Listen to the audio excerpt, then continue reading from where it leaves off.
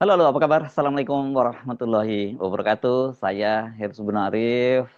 Senang sekali bisa kembali menjumpai Anda semua.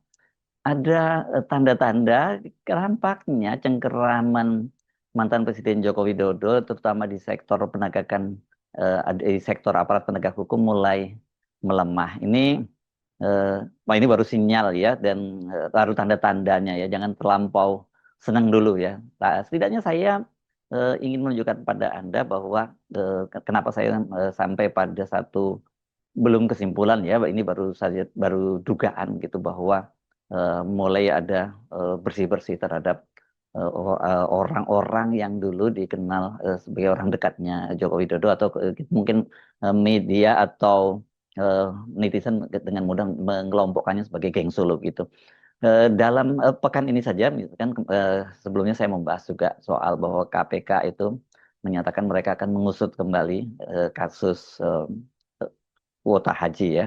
Ini yang melibatkan mantan Menteri Agama Yakut Khalil Qomas. Yang kedua, ini Khofifah Indar Parawansa. Ini dari Khofifah Indar Parawansa itu ya dalam kasus hibah dari untuk kelompok masyarakat dari APBD Jawa Timur tahun 2019 sampai 2022 itu juga ternyata sekarang ini diusut kembali. Dan yang ketiga itu berkaitan dengan kasus dugaan korupsi pengadaan laptop di Kemendikbudristek yang pada waktu itu dipimpin oleh menterinya Nadiem Makarim. Nah, ternyata Kejaksaan Agung itu sekarang juga udah melangkah lebih jauh karena mantan Mas Menteri Nadiem itu juga akan diperiksa. Dan itu Kejaksaan menjadwalkan pemeriksaannya pada hari Senin nanti. Dan sudah ada kepastian dari pengacara Nadiem, yakni Hotman Paris Hutapea, bahwa Nadiem Makarim juga akan hadir untuk memenuhi undangan atau panggilan dari Kejaksaan Agung itu.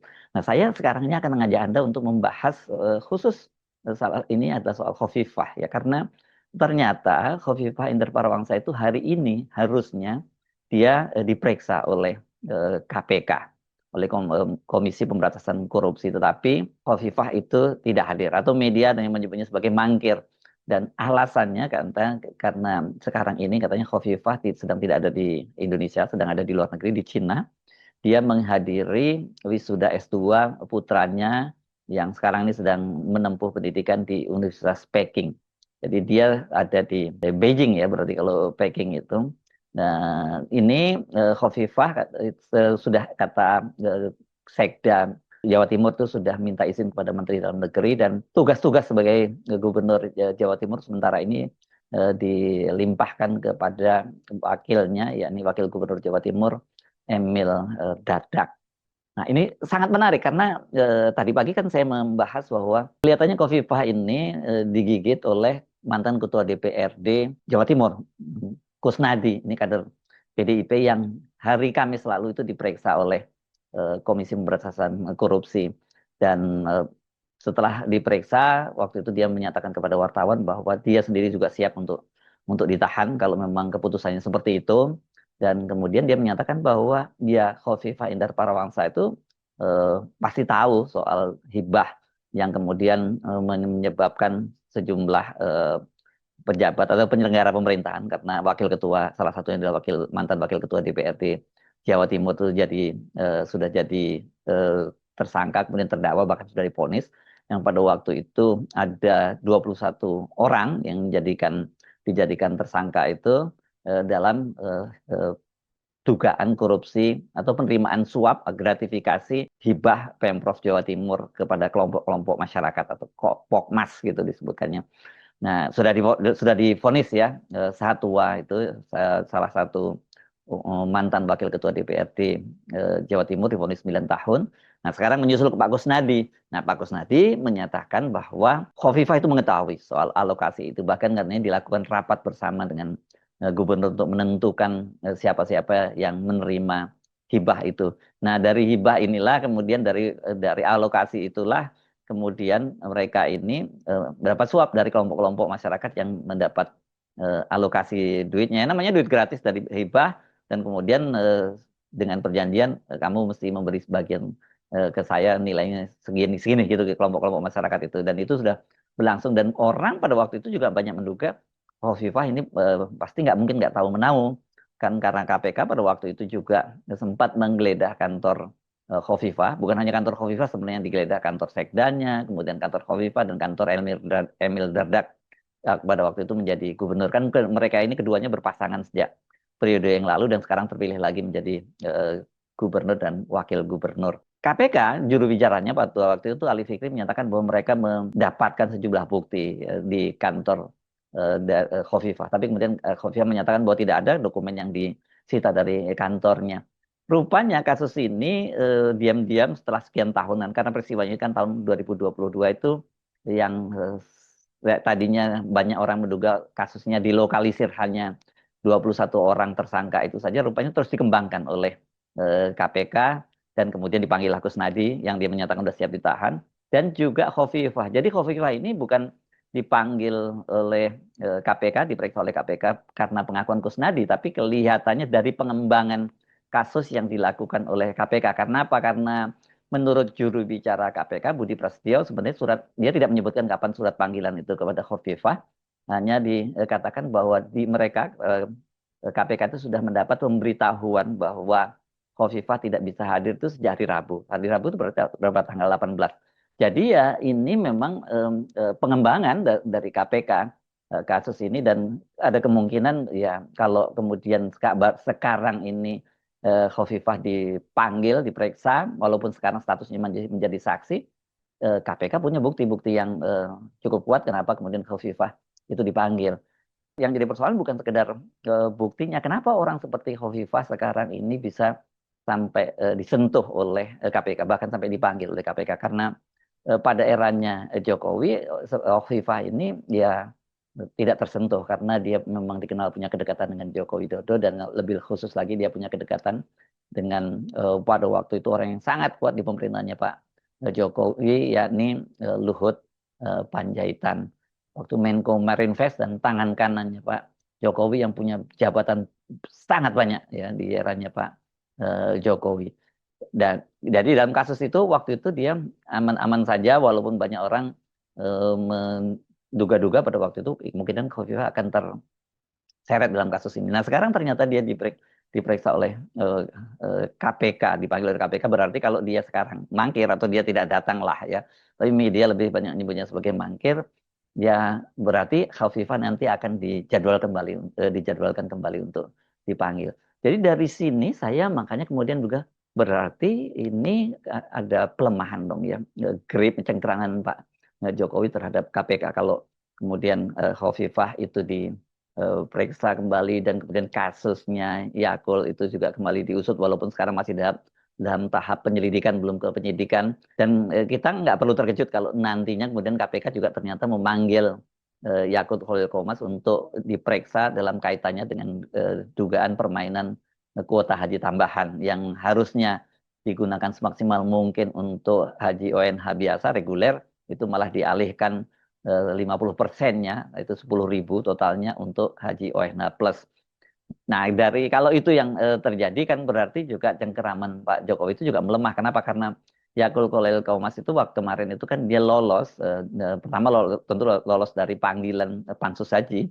Ini Pansus Haji yang melakukan penyelidikan itu, dan dia sampai 3 kali dipanggil tidak datang, dan terakhir itu kan dia berada di luar negeri, keliling-keliling di luar negeri, katanya di Eropa, setelah sebelumnya dia di Arab, kemudian dia ke Vatikan, bertemu dengan Paus, kemudian bertemu dengan Presiden Prancis Emmanuel Macron, tapi juga netizen menyebut ada dia juga sempat ke Jepang dan sebagainya. Pokoknya dia terus berada di luar negeri sampai masa kerja dari DPR periode 2019-2024 itu berakhir pada tanggal 1 Oktober. Nah, kemudian Pansus Haji ini ya tidak bisa memutuskan sejauh mana keterlibatan dari Yakul Khalil Qomas, karena Yakul tidak sampai 3 kali dipanggil tidak pernah datang. Hanya saja pada waktu itu Pansus Haji ini yang merekomendasikan bahwa agar ditindaklanjuti oleh aparat penegak hukum untuk berikutnya, karena ini kemudian kan beralih ya, masa jabatannya itu banyak juga yang tidak terpilih kembali, tapi masih ada juga yang terpilih kembali, tapi nggak bisa diteruskan oleh DPR yang periode berikutnya. Dan bersama dengan itu kan kemudian banyak sekali laporan-laporan dari masyarakat sampai ada 5 kelompok masyarakat yang melaporkan ke KPK. Tapi waktu itu sama KPK tidak digubris gitu. Bahkan sampai bulan Mei lalu ada yang menggugat ke Pengadilan Negeri di Jakarta Selatan dan karena dianggap KPK menghentikan kasus penyidikan itu. Dan KPK ketimbang menangani kasus-kasus yang gede begini, ini kan kasus haji itu gede, kasus hibah di Jawa Timur itu juga gede, dia lebih memilih menangani yang pertama kali jadi prioritas para pimpinan KPK yang baru itu adalah kasus Hasto yang sekarang sudah bergulir ke pengadilan. Jadi orang melihat bahwa ya ini ya karena KPK pada saat itu memang mereka itu dipilih oleh pansel yang disiapkan oleh Jokowi, ya pasti mereka-mereka ini orang yang punya preferensi, Jokowi punya preferensi untuk mengamankan kepentingan dia nanti setelah dia tidak menjabat. Itu analisisnya yang ada. Dan kemudian analisis itu, dugaan itu mendapat justifikasi karena ternyata kemudian yang menjabat prioritas pengusutannya adalah kasus Hasto. Dengan latar belakang bahwa Hasto Sekjen PDIP itu kemudian kan Pak Jokowi dengan PDIP itu pecah kongsi gara-gara Pilpres kemarin gitu.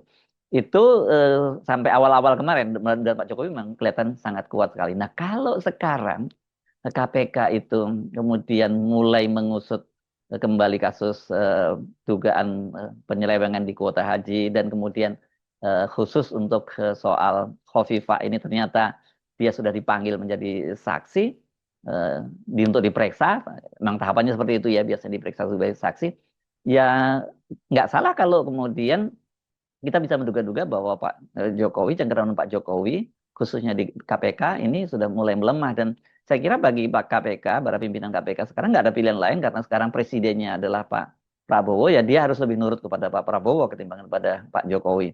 Itu di KPK. Nah, sementara di Kejaksaan Agung kan kita tahu selama ini Kejaksaan Agung itu kelihatannya diandalkan sekali oleh Pak Prabowo untuk menjadi eh, aparat penegak hukum yang melakukan pemberantasan korupsi. Karena pemberantasan korupsi ini kan jadi jargonnya Pak Prabowo dan kelihatannya sangat sangat heroik begitu Pak Prabowo selalu dalam berbagai kesempatan menyatakan akan mensikat habis para koruptor dan kemudian kejaksaan yang digunakan oleh Pak Prabowo dan karena itulah kemudian kejaksaan diperkuat, kantor-kantornya diamankan oleh TNI. Dan kemudian tidak cukup hanya itu, Pak Prabowo membuat perpres untuk pengamanan para jaksa dan keluarganya. Ini kalau perpres ini bahkan luar biasa karena ini pengamanan itu bukan hanya para jaksa tapi sampai keluarganya, 3 ke atas, 3 ke bawah, 3 ke atas, 3 ke bawah dan 3 ke samping kiri kanan. Jadi mau sampai kakek dan sampai anak cucunya itu semua dilindungi. Berarti kan ada yang sangat serius ya soal kasus korupsi ini. Dan kita tidak terlalu terkejut karena kasus korupsi di Indonesia itu memang sudah luar biasa berurat berakar gitu dan kita tahu kemarin ada liga korupsi sampai triliunan dan yang kemarin yang terbaru banyak banyak yang matanya melotot gitu nggak percaya lihat tumpukan duit 11 triliun yang disita dari kasus korupsi sawit gitu ya yang di perusahaan Wilmar ya sawit itu 11 triliun kok 11, sekian triliun. Tapi ternyata belakangan kita tahu bahwa itu belum semuanya 11 triliun. Itu baru 2 triliun sekian begitu ya. Itu aja sudah membuat kita melotot karena media ada menggambarkan bahwa tingginya itu lebih dari penyidik tumpukan uangnya itu. Bayangkan kalau 11 triliun semua dipajang. Itu kan angkanya bukan kita bukan tambah melotot lagi. Itulah memang sekarang terjadi korupsi itu jadi gila-gilaan banget di kejaksaan dan hari ini hari Jumat tanggal 20 Juni 2025 ini Kapus Pen TNI Christomei itu Christomei Sianturi mendatangi Kejaksaan Agung dan kemudian tujuannya apa untuk menindaklanjuti soal pengawalan kantor-kantor kan sebelumnya diputuskan oleh Panglima TNI kemudian dalam surat telegramnya kepada Kepala Staf TNI Angkatan Darat untuk mengawal kantor kejaksaan mulai dari Kejaksaan Agung, Kejaksaan Tinggi sampai Kejaksaan Negeri di seluruh Indonesia. Jumlahnya pada waktu itu untuk Kejaksaan Agung itu ada 2 kompi Ya, ini 30 orang setiap kompinya itu jadi bergantian gitu 60 orang ya berarti total kalau 2 kompi. Kemudian untuk Kejaksaan Tinggi di setiap provinsi itu 1 kompi, berarti 30 orang. Sementara untuk Kejaksaan Negeri itu yang jumlahnya ratusan itu setiap Kejaksaan Negeri itu, jumlah pengawalannya itu sampai satu regu saja 10 orang. Jadi jumlahnya banyak. Pada waktu itu saya hitung-hitung kalau dipenuhi semuanya itu sampai lebih dari 6.000 personel. Itu lebih dari 2 detasemen, 2 resimen dengan yang terdiri dari 2 sampai 3 batalion. Tapi Pak Kristo Mei tadi menyatakan dia menanyakan apakah kebutuhannya sampai seperti itu. Jadi mereka ya kalau memang mereka merasa perlu 1 kompi ya tetap akan dia siapkan 1 kompi. Kalau regu ya saya disiapkan 10 orang. Tapi kalau misalnya kurang, misalnya hanya dibutuhkan 5 dan sebagainya ya itu tentu semuanya akan dipenuhi oleh TNI. Itu prosesnya hari ini. Nah, kalau kejaksaan tadi selain mengusut kasus-kasus yang besar tadi itu juga akan memanggil mantan Menteri Mendikbudristek Nadiem Makarim. Ya, tentu saja Nadiem Makarim ini juga salah satu orang kepercayaan bahkan kebanggaan dari Pak Joko Widodo pada waktu itu karena dia ini kan pendiri Gojek yang pada waktu sangat dibangga-banggakan oleh Pak Jokowi yang waktu itu jualan kampanyenya adalah soal unicorn itu.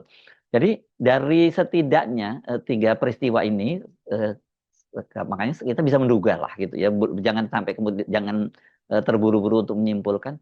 Kelihatannya cengkeraman dari Pak Jokowi di aparat penegak hukum ini mulai melemah dan ini waktunya Pak Prabowo untuk menunjukkan bahwa dia serius pidato-pidato dia tentang korupsi, pemberantasan korupsi itu. Kalau enggak Pak Prabowo dibilangin hanya omon-omon saja. Ya kan jangan sampai terjadi itu ya. Kalau Pak Jokowi itu para netizen sudah punya cap bahwa Pak Jokowi tukang ngibul, ya jangan sampai Pak Prabowo itu sebut sebagai tukang omon-omon gitu. Dan untuk supaya tidak disebut sebagai omon-omon ya buktikan bahwa kasus korupsi itu siapapun termasuk juga para orang dekatnya Pak Jokowi, para geng Solo itu tetap semuanya disikat. Nah, ini sebenarnya banyak sekali peluang Pak Prabowo untuk menunjukkan itu. Kasus Menteri Budi Ari yang dalam kasus judul yang banyak disebut oleh didakwaan oleh jaksa misalnya, itu akan menunjukkan bahwa Pak Prabowo juga serius menangani itu. Termasuk juga soal pergantian Kapolri yang sangat ramai tapi sampai sekarang juga belum diwujudkan oleh Pak Prabowo. Gimana? Kita beri kesempatan Pak Prabowo untuk menunjukkan itu. Ya, memang tidak mudah untuk membongkar oligarki yang selama 10 tahun itu sangat dimanjakan di era Pak Jokowi. Kalau kita ngomongin oligarki itu bukan hanya pengusaha, tapi itu juga dari kalangan kekuasaan, dari pejabat negara, di kalangan TNI, di kalangan Polri, di kalangan para, ya banyaklah namanya oligarki itu, karena oligarki itu masuk di seluruh sektor kehidupan dan ya tidak mudah karena mereka cukup establis selama 10 tahun ini dan banyak di antara mereka itu sekarang masih menjabat di pemerintahnya Pak Prabowo. Kita tunggu apakah dugaan kita ini atau sebenarnya bukan dugaan, saya tahu kalau para netizen sebenarnya doa kita gitu bahwa Pak Prabowo itu benar-benar serius melakukan pembersihan di pemerintahnya terutama dari kalangan geng Solo itu benar-benar diwujudkan. Saya Subhan Arif, sampai ketemu lagi. Assalamualaikum warahmatullahi wabarakatuh.